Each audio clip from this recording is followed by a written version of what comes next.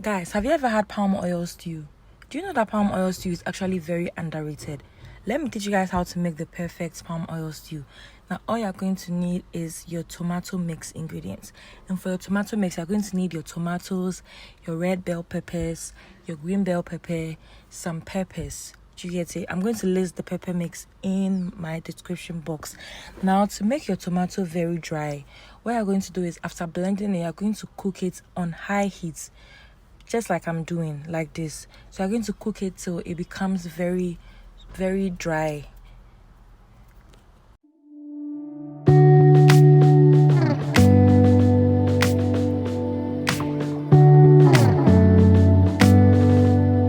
Now this is going to take you about 15 to 20 minutes. It takes a little time if your heat is not so high. Now this is what you're going to get. Look at how my pepper or my tomato mix has become dry.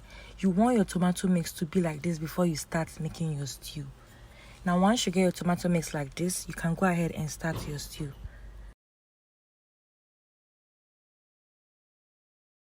Now to start a palm oil stew, you're going to go in and add your palm oil to your saucepan. If you like a lot of palm oil, you can add a lot. If you don't like a lot, you can reduce it. I like a lot, so I added a lot of palm oil. Now I added my onions and this gave a flavor. Now you can decide to add dawadawa if you want, or you can decide to add momone if you want. All depends on you. I didn't. But it's actually nice when you add those two. Now go ahead and add in your tomato mix and cook this for about 30 minutes. Now listen, this stew takes some time to cook because you want that local zongo taste, and that takes a little time. So you need patience when you're cooking this stew. It might take as long as even 45 minutes to cook. Now, once the stew is getting cooked, add in your shrimp powder or crayfish, as Nigerians call it. Now, I've cooked my meat on the side. I'll teach you how to cook your meat sometime. But I cooked my meat and I added this to my stew, and I added in my Maggie cube. Now, once I added my Maggie cube, I went and I added some stock from the meat. Then I added my fried goat and cow meat. Now to spice things up, I added in my boiled eggs to this stew. You can go in and add any protein that you want. All depends on you guys.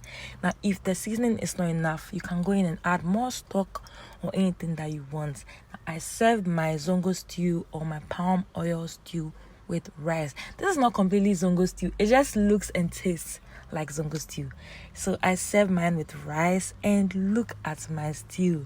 Guys, this looks good, right? Like, it looks so good. I'm sorry for that voice, by the way. Now this looks so good, and I served mine with rice, and I enjoyed myself with my family and my friends. Now please try this recipe and give me a review. And guys, please don't forget to subscribe to my channel, like my videos, share my videos. Help me, guys. Don't make this hard for me. Thank you so much for watching. Bye.